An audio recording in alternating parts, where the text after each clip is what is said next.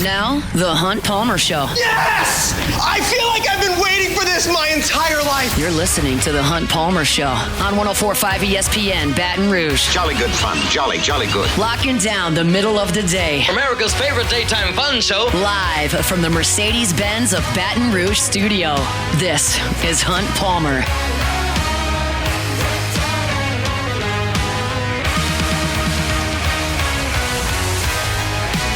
Welcome in.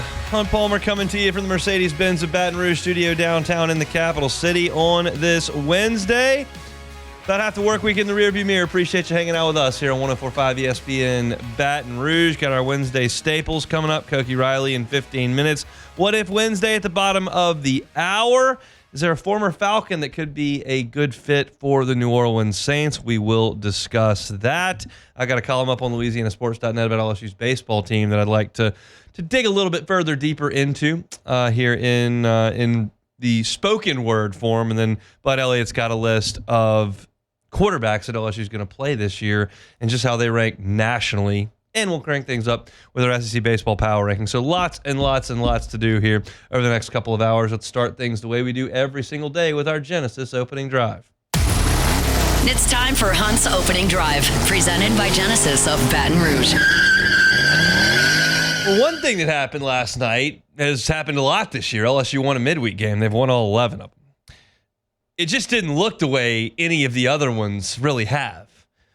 If you were listening yesterday or you read my preview piece on LouisianaSports.net, like LSU is just bludgeoning teams in the midweek early in games, hanging 7 spots in the first inning on Xavier and North Dakota State, scoring 9 in the first inning on ULL, 5 on Louisiana Tech, like just crushing teams early in these midweek games. And that makes sense. You got Derek Curiel at the top of the order. You got Jared Jones as a masher in there, and you're dealing with inferior teams and their midweek arms. But that didn't happen last night. LSU went down to Thibodeau, and they didn't score in the first, and they didn't score in the second, and they didn't score in the third, and they didn't score in the fourth, and they didn't score in the fifth, and they didn't score in the sixth. And while LSU was pitching pretty well, the bats were just nowhere to be seen. But Jay Johnson, one of his favorite things to say is there's no clock in baseball. Can't run out the clock. You got to get all the outs. And against this LSU lineup, it's tough to get all the outs. And you saw Nicholls crack and issue 2 1-out walks. And then Milam found a little grass. And then Jake Brown found a little grass. And then Chris Stanfield ripped one down into the corner. And all of a sudden, LSU had thrown up a 5 spot in the 7th inning. And that was enough to get it done because William Schmidt was excellent. We'll talk pitching in a second. But LSU's offense, when you look at the scoreboard, didn't do much. You had 8 zeros. That's unexpected against the Nicholls midweek pitching slate. But you made good when you got one of the rallies going and you hung a big crooked number and it was enough. It was a 5 spot. Now they had an opportunity in the 8th inning to add to that lead. You had the bases loaded, 1 out, Jake Brown's up, and he pops up the suicide squeeze into a double play, ends the inning. I will say this. I don't hate the call to call the suicide squeeze there. I like a suicide squeeze when you've got a lead or if you're down 1. I don't like a suicide squeeze if you're down 3 to chip into the lead. Maybe I'll see an exception if you've got Alex Milazzo up there who is, say, in 2023 hitting 208, and you've got a tough pitcher that's right-handed with a good slider, and he's not coming out for a pinch hitter, and you're just trying to manufacture a run. Okay. To use a more extreme example that I don't think many of you will even understand what I'm talking, like when Nolan Gray were pitching, if Andrew Stevenson, who that year as a true freshman was hitting like a $120, was facing Jonathan Gray, I'm good with the suicide squeeze there. But to be more specific and not to go off on a tangent here, I like a suicide squeeze with a lead late just to make sure you add 1 run. It's not a perfect call. I just understand it. You've got to execute it. You have to execute the play. And that's very poor execution. Jake Brown pops it up, and you end up with no runs because they double you off. So to me, not an egregious call. A very, very poor job of execution by LSU. But you got 11 hits in the game. You did create some traffic. You just couldn't get the big hit. I thought Derek Curiel had gotten the big hit, and I think he thought he had gotten the big hit. You go back to the 5th inning, LSU's down 3-0. The bases are loaded, 2 out. Curiel works a deep count, gets into a full count. He's seen some pitches. He's fouled some off, and he gets a fastball up, and he leaned on it. I mean, he squared it up, hit it a long, long way to deep right center field, and the center fielder caught it right up against the wall. And what I'm only assuming is just a cavernous ballpark or one that plays such at Nicholls, because nobody hit it out last night, and Nicholls has 9 home runs on the year. So, that just seems like a very, very small number. I don't know anything about Nicholls Park except that it's in Thibodaux.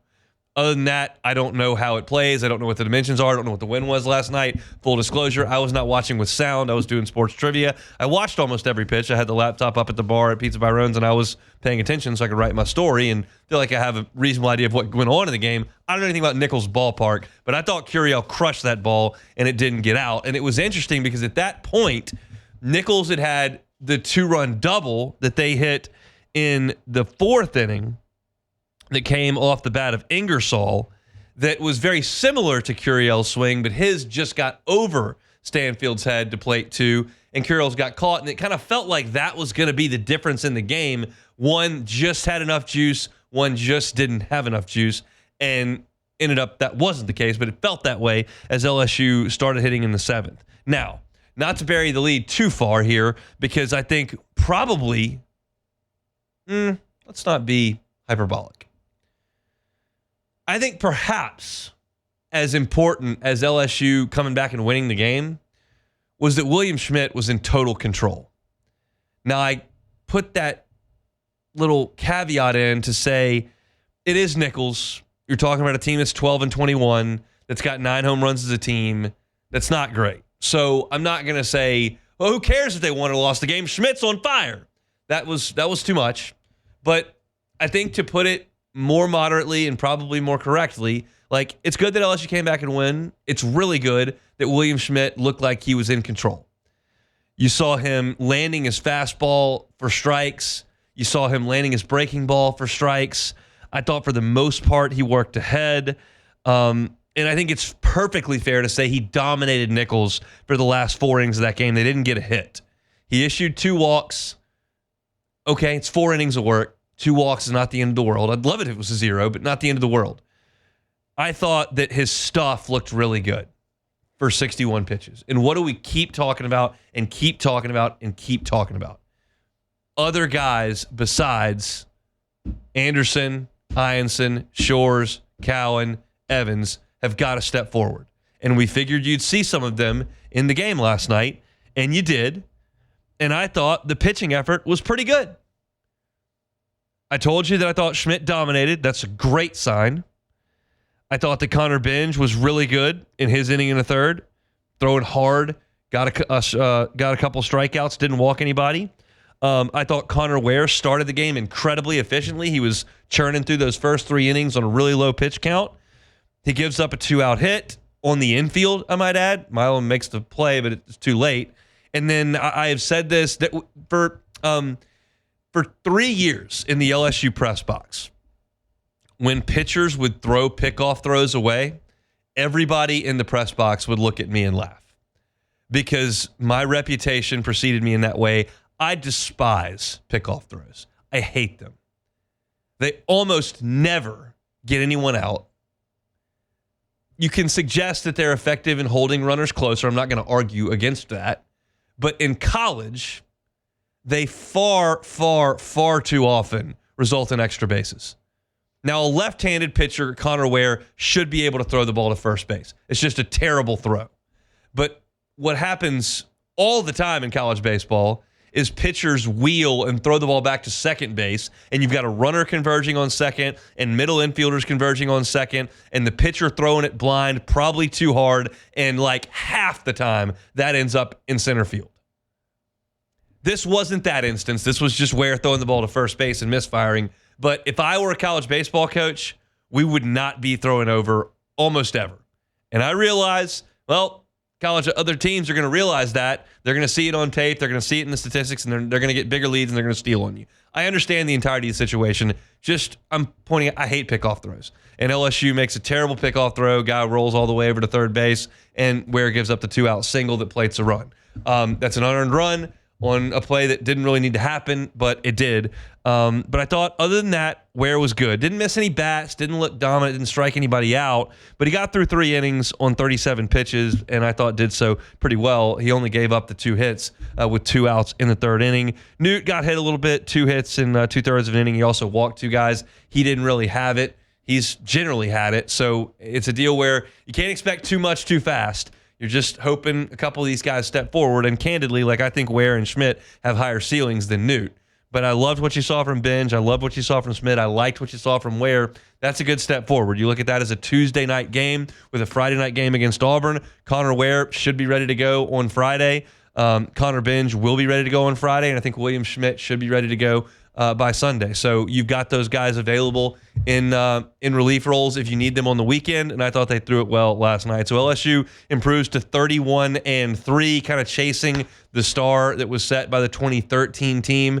And that team went 33-3 to start and 12-2 in league play. LSU would be exactly there if they can win on Friday and Saturday at Auburn. Now, that's a tall task, but if LSU can do it, they would equal that start. I don't know other way to say it than LSU's off to a marvelous start in this season at 31 wins and 3 losses. One more little aside on last night's baseball game, just something that warms my heart. I don't know why. I'm kind of, I don't know if surprised is the right word, but why I take notice of these things when I should just know.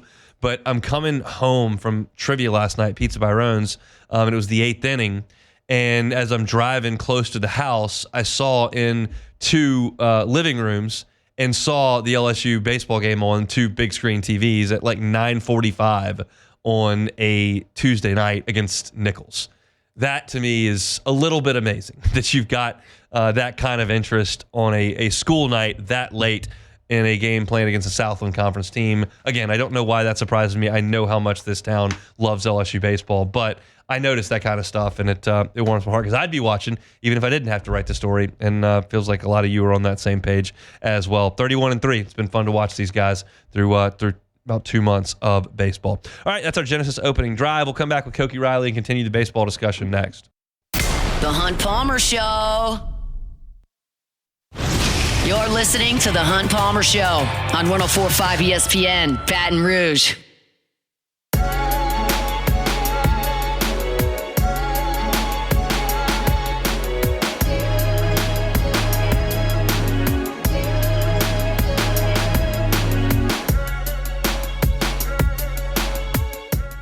All right, moving right along here on a Wednesday. It's What If Wednesday. If you got some what ifs, fire away in the Bayou Ford chat right there on the YouTube stream, or you can hit me up on Twitter at HuntPalmer88. Koki Riley covers the LSU baseball team for The Advocate. Joins us now, as he does each and every Wednesday. Koki, how are you?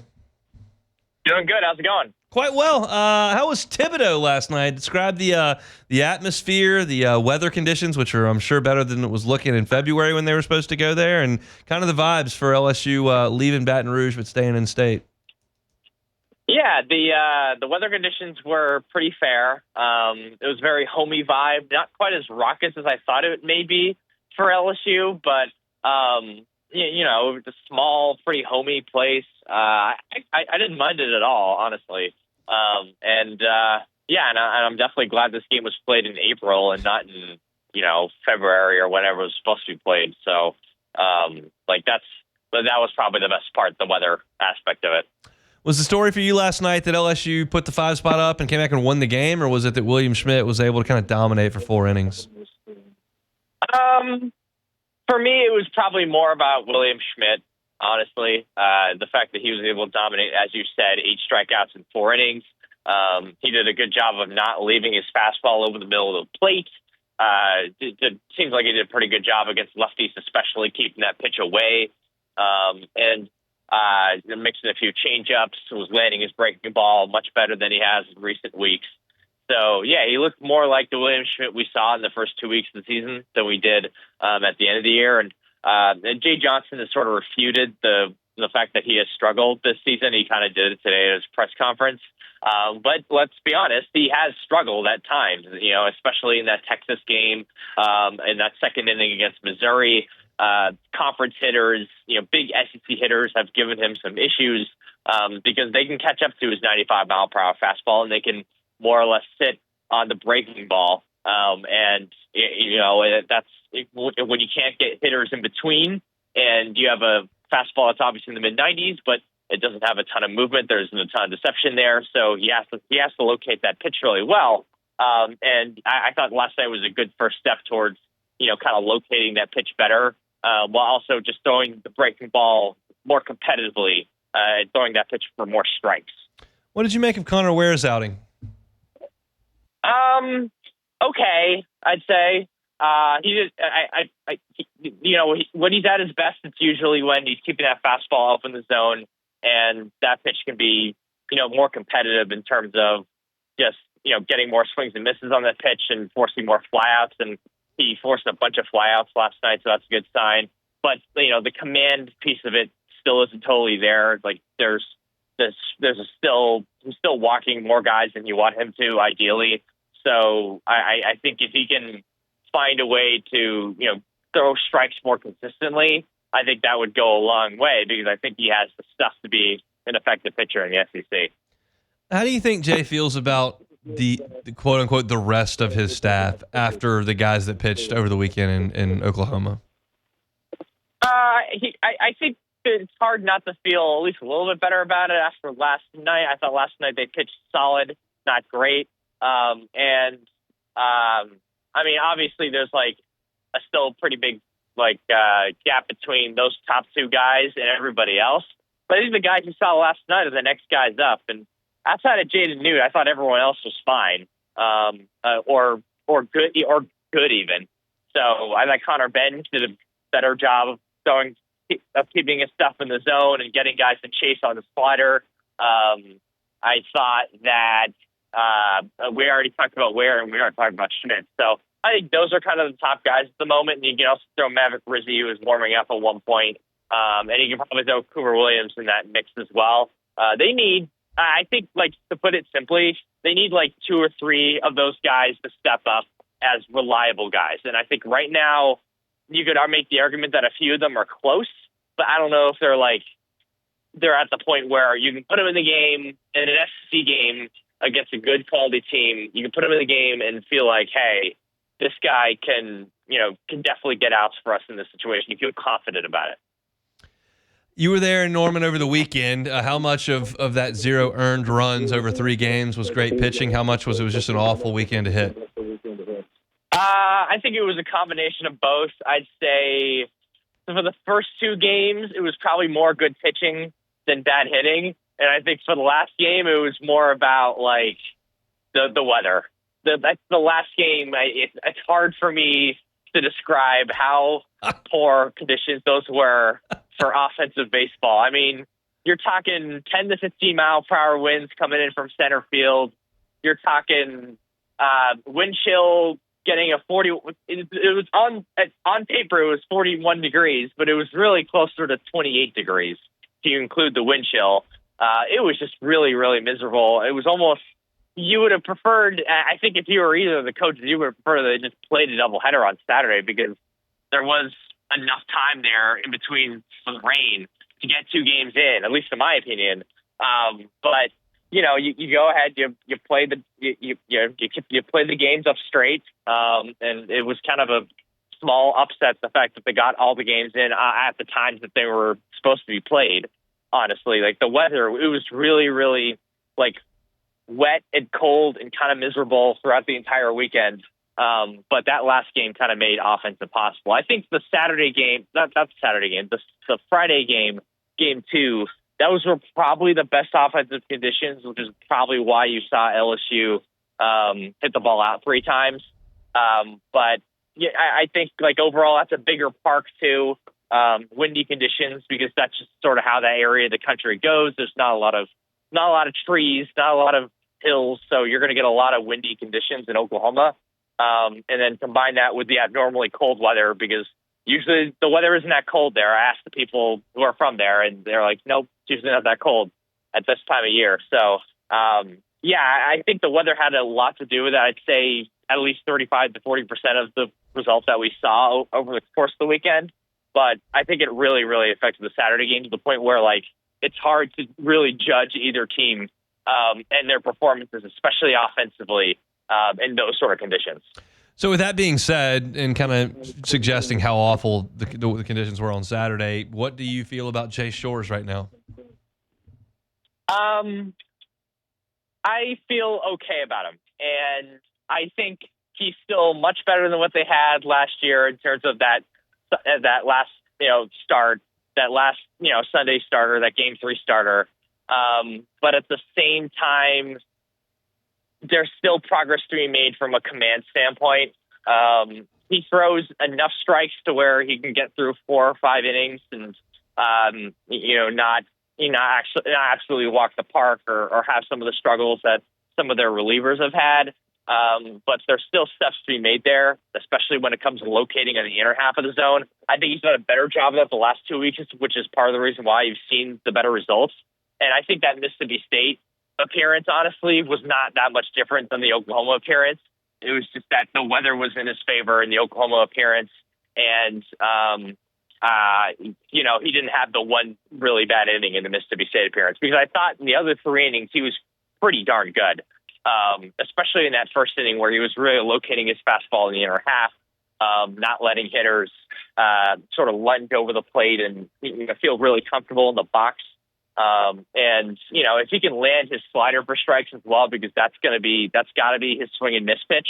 And I thought he did a better job of that in the Mississippi State game than even the Oklahoma game. So, it was also a challenge for the pitchers. It's hard to grip the ball when it's that cold, but at the same time, like, I think that he's on the right track generally, even if I don't know if I'm like quite as excited as Jay Johnson is with his last 2 performances, but I think he is on the right tracks generally, and it's really about him getting up to fully up to speed. Being if he's at his best by the time they get to Omaha, that's all you got to ask for, right? Maybe not Omaha, but the regional, I'd say, because this team is pretty much locked into a regional, and they really only need to win 4 or 5 more games to host. So. I think that's kind of what you're talking about with him at this point.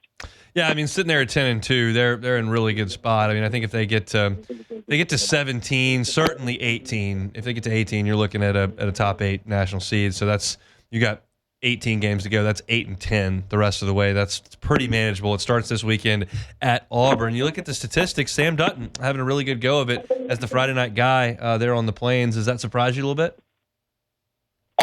It does surprise me a little bit, just given the amount of swing and miss he's getting. He has more strikeouts than innings pitched.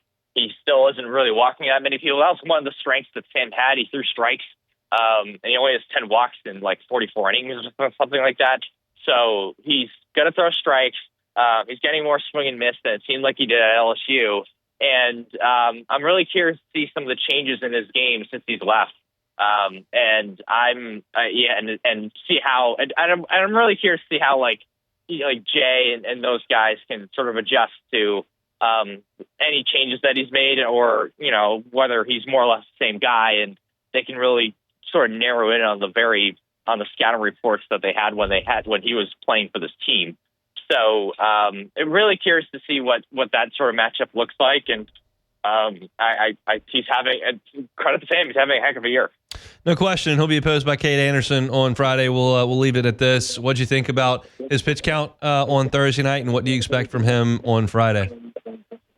I thought the pitch count thing was definitely, at least to some degree, alarming, just because this is a guy who had Tommy John surgery in high school, and previous injury is the best predictor for future injury.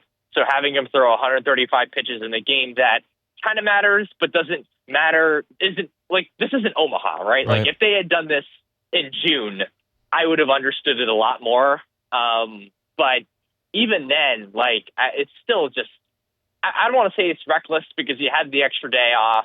You had the fact that, I think there is something to be said about exposing guys to larger workloads and, steadily building up,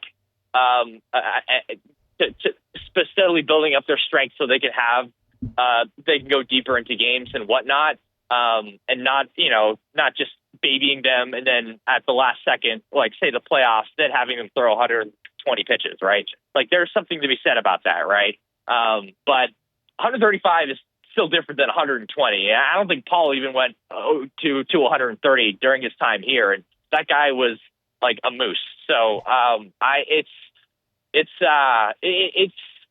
definitely risky, and I can't totally rail on it and say this was a totally reckless decision and everybody should be fired. I'm not going to say that because I don't believe that.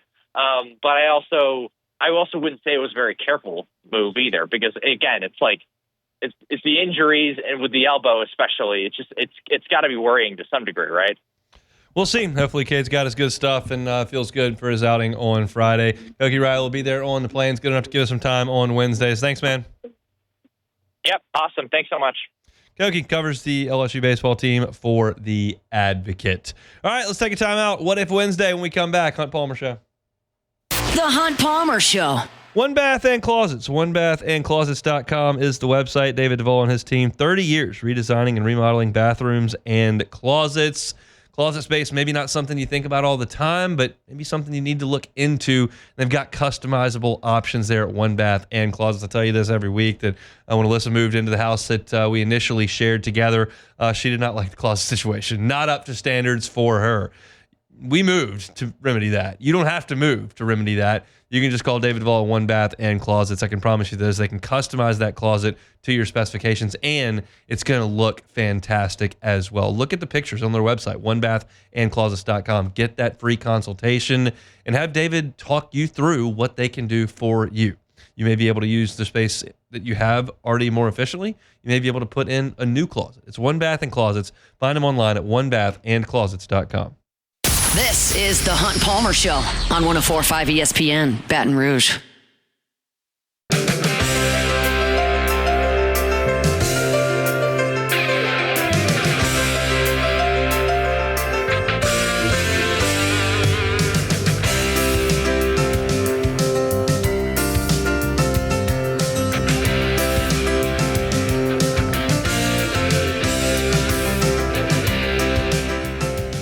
I appreciate Koki Riley for giving us a little bit of time here on this Wednesday. At the end of the hour, is there a former Falcon that would make some sense for the New Orleans Saints? Also, former Pro Bowler.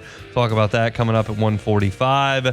I've got a column up at LouisianaSports.net that I'll discuss a little bit more deeply at 2 o'clock. We've got some LSU football to get into in hour number 2 and SEC baseball power rankings as well. So let's get into all of that. But first, it's What If Wednesday. Time, space, reality. It's more than a linear path. Where a single choice can branch out into infinite realities. Follow me and ponder the question. What if? Alrighty, first one here. What if Hunt was able to pass business calculus? I did pass business calculus. Now, Really? don't ask how many times it took. How many times did it take? Well, we enrolled in business calculus. Okay. We did not perform excellently on the first test. All We right. decided to drop that one. Okay. Then we took business calculus once again. We did not perform well on really any of the tests. All we right. made an F in Ooh, that wow. round. We took business calculus a third time. It was the third time I had taken the first test. It was derivatives. And I figured out how to do derivatives, and I got 100 on that test. Whoa. And I rode that 100 all the way to the end of the semester for a C. So I did pass Incredible it. work. Who's This was in the whose chat. I question- don't know. Oh, It's who knows that? This has Have to I be brought that up enough? This may be some guy that maybe he's friends with you. I don't know. He doesn't have. He didn't give his real name. Where so is it? It's in the chat at the bottom here. The Deep End 225. I don't know. I couldn't tell you who that is, but Not sure. They may know too much. They may know too much. I agree with you. All right. I remember being at the fraternity house, and my buddy and his girlfriend, who were both really good at math, were like trying to teach me business calc, and I was like, I can't figure this out. All right, next one here. Oh, I feel attacked here. What if Jacob Beck played the par 3 course at Augusta National and Hunt Palmer played the front 9 from the members tees? Who would have a better score to par? This is just really. So are we playing tournament conditions? Because that's a bit of a problem for me on the front 9. It doesn't say, but let's just say yes. I'm playing. Okay, if I'm playing tournament conditions from the member tees on the front 9, I've got a score in mind. I think I would probably shoot. Yeah? I think I would probably shoot 9 over. Okay. Do you feel like you would shoot a 9 over? It's a bunch of 80-yard shots, but there's water around. There is. How do you feel about 9 over? So I feel really good about inside 100 yards. I'm pretty good. That's probably the whole thing. That's probably the best part of my game. Now, am I going to probably thin one into the water? It's going to be a problem. Very potential. The potential for that is very high because not only is that possible with my game, but also it's Augusta National. I'm going to be I'm probably going to be a little nervous. So I think I could get to eight over on 9 hole on the par 3 course. I think I can get to eight over. I think I could play pretty well on it because, like I said, it's strong part of my game. I think I could do it. I think I can score better. I might be overshooting it with 9 over. It's a pretty short course from there. It is. I'd be hitting a lot of wedges. There's not a lot of rough. The problem is the greens. Can I putt? That's the problem. I'm assuming I get a caddy. I need some help, and we may have a fiasco on the greens on our hands. Yes. But I gotta think I might be able to make a par here or there. We'll see. But I think 9 over is reasonable. Yeah, I like my chances. I'll just say that. All right. Next one. What if you had $15 to spend at the Masters concession stand? All right. I think I know the prices. Those have popped up a bunch on Twitter. I think the breakfast sandwich is $2.50. So we're gonna go with the breakfast sandwich. I think the club sandwich is $1.50. So we're at now $5, and the beers are $5. So I got a breakfast sandwich, a club, and 2 beers. That's what we're going with. $15. That's a solid day. That seems pretty good. Let me try to find a Twitter will have it for sure. Yeah, I gotta find a picture of the. I know everybody's in on the ice cream sandwiches, but if I'm gonna be out there in the gorgeous sunlight at Augusta, I'm gonna spend most of that money on beer. Yeah. All right. I might not even get food. $15. I guess it depends on what time we're gonna be there. Like if we're just getting there, at 9 or 10. I love a breakfast sandwich. Yeah, I think I got to get one of those. That's $3 though. Is a little. I'd probably go breakfast sandwich as well, and then I'd probably have to go with a pork barbecue sandwich. I've heard those are quite good, so that's $6. And then of course you gotta go to pimento cheese, so that's $7.50. And then I'll probably go with. I'll probably go with the ice cream sandwich. The peach ice cream sandwich? Ice cream sandwich, yeah. And then I'm at $10.50. And I'd probably go with I'd probably get a beer as well. Now you're over the threshold. So there's $5 beer. Then I'll go to iced tea, and I'll just save the $3 for later in case I need to get something else. Go to the gift shop. I'm sure that $3 will serve you well. I could maybe get like a pin or something. No, you cannot. The gift shop is way marked up. Okay. The concessions are way marked down. All right, next one. What if you could pick the Masters winner? This is crazy. I thought about this earlier this week. I think the answer is probably Spieth for me. He's my favorite golfer, but I think it's possible that I could go McIlroy here because he's been the white knight against Liv. And that would be such a historic thing for him to win the Grand Slam. I think that I would love to see Justin Thomas win it. I would love to see Will Zalatoris win it. But I think Rory might overtake him because I don't think Spieth has a chance. I think Spieth is not an elite player anymore, and I just don't think he's going to go win a major right now. So Rory is an elite player. I think that may have something to do with it, but I think that might be my answer. Yeah, man, I would probably pick Rory too. It just feels like it's his time now. I mean, obviously you could say that a lot, but it just feels like right now, the way he's playing, it seems like this is the time where he's gonna. This might be his best chance at winning it in a long time, and of course he can get the career Grand Slam. So everyone wants. I feel like a lot of people want to see that just because he's a pretty likable guy and he's a great player, and it would seem fitting for this to be the year that he gets it. So I'd probably pick Rory as well. Next one. What if Zach Cowan was moved to the third starter role? I think he'd be really good at it. I mean, you're seeing him now throw 60, 70 pitches. We know last year he threw over 100 innings for Wofford. So I think that's a guy that would absolutely be able to go 7 innings at a time. And I think he'd be really good at it. I'm not willing to I'm not willing to take him out of that role to do that because I don't think that you've got a disaster in the third game. Like last year, you had no answer in game 3. You were getting run ruled in game 3s. And at that point, you may have to make a change. Now, they never moved Griffin Herring because they didn't have another option out of the bullpen. You do have a second option out of the bullpen this time. But right now, Chase Shores is keeping you in ball games, and that's really what you're asking for on Sunday. I have yet to see many college baseball teams who have a consistent Sunday guy that goes out there and just shuts people down. You want your Sunday guy to keep you in games, and Chase Shores is doing that. So I think Zach Callen would be really good in that role. I think it would compromise LSU in the first 2 games of series, though, because he's such a weapon out of the bullpen. So I'm not dismissing that completely. I just don't want to see it right now. All right, how about this one from the chat? What if Hunt had won the Masters lottery? I'd be there. Wouldn't be doing this show. Yes. That's pretty simple stuff. I mean, what if, okay, let's say. Is there any conceivable way? Here's what we have to really figure out. And I don't see a path, considering the fact that I don't even really go to LSU baseball games that often. I don't see a path to me getting to cover the Masters for LouisianaSports.net and getting in that lottery like Scott Ravelay did when he played. Scott works for The Advocate. They send him every year. Like, I need Sam Burns to win 2 in a row and be going for the first ever 3-peat.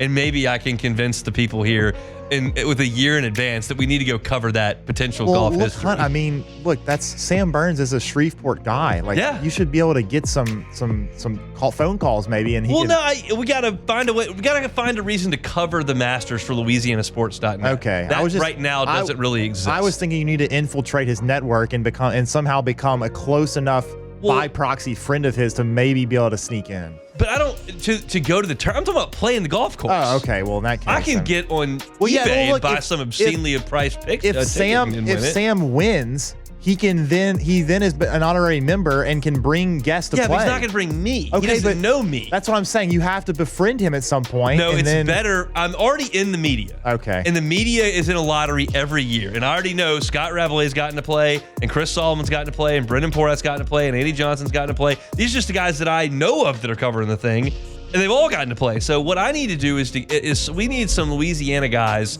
to start lighting it up at Augusta and get me to cover that event, and then get me in the media lottery, and then me get on the golf course. Okay. That's the path. That probably is, yeah. I don't see the path. I don't either. It's not a promising path. It's not. Considering we cover LSU pretty closely when they play at Texas A&M, I don't go. Yeah. I doubt Augusta for a week is in the budget at this point. But I'll make some phone calls. I do actually know the executives at Guarantee. I can call them. Yeah, you do. And see what I can do there. That's it for What If Wednesday. We'll take a time out when we come back. Is there somebody on the market that used to play for the Falcons the Saints should add? We'll talk about it next. The Hunt Palmer Show. Genesis of Baton Rouge. GenesisofBatonRouge.com is the website. David Fall on his team. That was the last one. Genesis of Baton Rouge is luxury experience from start to finish. And when I say start to finish, I mean the website, the dealership, the staff, and then the service that you get and the experience that you get after the sale. How about 3 years of complimentary maintenance? How about 3 years of valet complimentary maintenance? How about a 10-year, 100,000-mile warranty? All that's possible at Genesis of Baton Rouge. Go by and see him, Airline at PQ across from Women's Hospital. Get behind the wheel. You'll see the difference, and then you'll get to experience some of these fantastic perks that come with being a Genesis driver. Genesis of Baton Rouge, GenesisofBatonRouge.com. You're listening to The Hunt Palmer Show on 104.5 ESPN, Baton Rouge.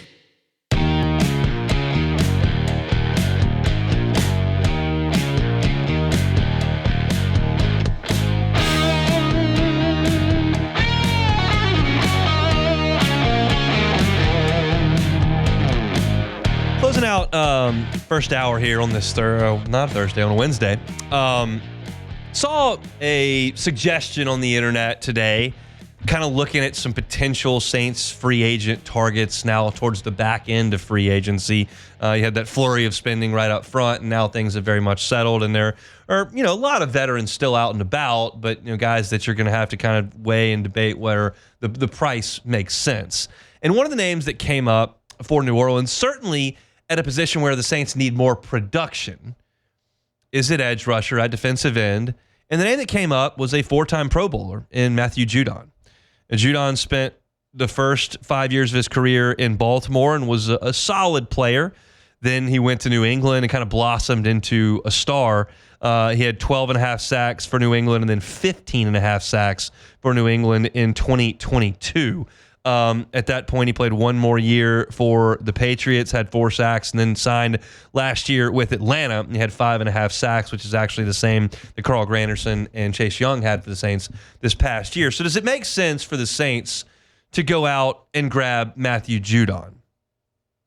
No, it doesn't. I'll be direct there. And here's my reasoning why. It does behoove the Saints to attempt to address edge rusher, because Cam Jordan's day as an edge rusher is done. He can still go out there and defend the run a little bit, but he's not going to rush the passer. Carl Granderson is being paid to rush the passer. He didn't really do it last year. And while Chase Young's numbers mirrored Carl Granderson, if you look deeper into the actual analytics, into pass rush win rate and pressures and hits on the quarterback and those types of things, Chase Young was significantly better than Carl Granderson. Last year, you ended up extending or signing a new contract with Chase Young. And you've got those 3 guys really, with Isaiah Foskey kind of waiting in the wings, a guy that we don't really have any expectations for at all, as the edge rushers. That's not enough production. You need somebody to produce more than that. And just 3 years ago, Matthew Judon did produce that way, but the last 2 years he has not. And I don't believe in his age 33 season, which is coming up, that you're going to see a significant jump there. I think it would be perfectly acceptable if the Saints took a dynamic edge rusher at 9 or 40. I don't know what's going to be there at 40. I don't know what's going to be there at 9. But I don't feel like adding an old player at that spot, like Cam Jordan, is going to remedy anything. As y'all know, as I talk about the Saints daily here, I'm more interested in young, cheap, and on the next great Saints team. Matthew Judon is not young, is probably not all that cheap, and I don't believe is going to be a productive player on the next great Saints team. I don't believe that team is going to be in 2025, so you're telling me that Matthew Judon, in his age 34 season, is going to be some sort of force off the edge? I don't think so. So while the name has some cachet, while he can still play a little bit, while you do have a need at that position to an extent, perhaps not this coming year, but certainly after that, because you feel like it's very unlikely that Cam Jordan or Isaiah Foskey is going to help you at all in 2026. So there's a need to get some guys in at that position, but the guys need to be 24, 25, 26, 27, not 32, 33, 34. And that's what Matthew Judon is. So another name that makes some sense, and quite honestly, it wouldn't even surprise me if the Saints signed him. You've got folks in that Atlanta organization that you watched him this past year, you still think you're in go-for-it mode. Like, all these reasons that the Saints might do something scare me a little bit, quite frankly. But I don't believe that that's the right player to fill that need.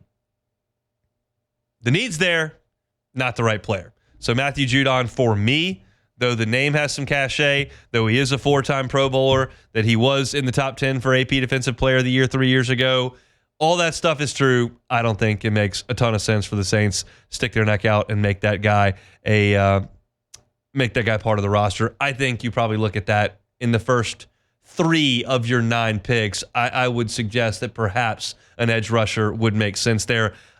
What remains to be seen to an extent is what the Saints think of Isaiah Foskey now.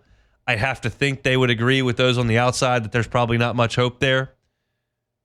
If you do have some hope there, maybe they put that a little bit on the back burner as there are more pressing needs around. But I can't imagine that's the case. I think that an edge rusher is probably going to come up fairly quickly in the Saints wish list when you talk about the NFL draft. So that's my thoughts on the New Orleans Saints here on this Wednesday. If you're looking for Saints content, you know where to find it. Hunt on Saints on YouTube. Hunt on Saints on YouTube. Also, that's now in podcast form wherever you find your sound. Ross Jackson does an awesome job at LouisianaSports.net of handling our Saints content. Y'all have been voracious readers of a lot of this potential roster shakeup that the Saints are looking to get into over the next month and a half, and Ross has done a great job with that. So if you're looking for Saints content, go to LouisianaSports.net. Check it out for free. If you missed any of the first hour, you can find that wherever you find your sound. Just search Hunt Palmer Show Like, subscribe, rate, and review. I opened the show today talking about LSU's baseball win at Nicholls last night. Koki Riley joined in on that discussion in our second segment of the day. It was a What If Wednesday. We talked a lot of Masters, talked a little LSU baseball as well. So go find that wherever you find your sound, wherever you find your podcast, and of course on YouTube where our full shows are archived each and every day. We've got a busy second hour here. Want to get into LSU football's quarterbacking opponents, but Elliott ranked them nationally, and it's a pretty daunting task that LSU's got in front of them, so we'll talk about that at 2:15. I've still got my SEC baseball power rankings to get into. A lot of shakeup. You had Texas A&M go to win a series at Tennessee. Does that move the needle a little bit? LSU won a top 10 series on the road. Did the Tigers move? What do I make of Arkansas?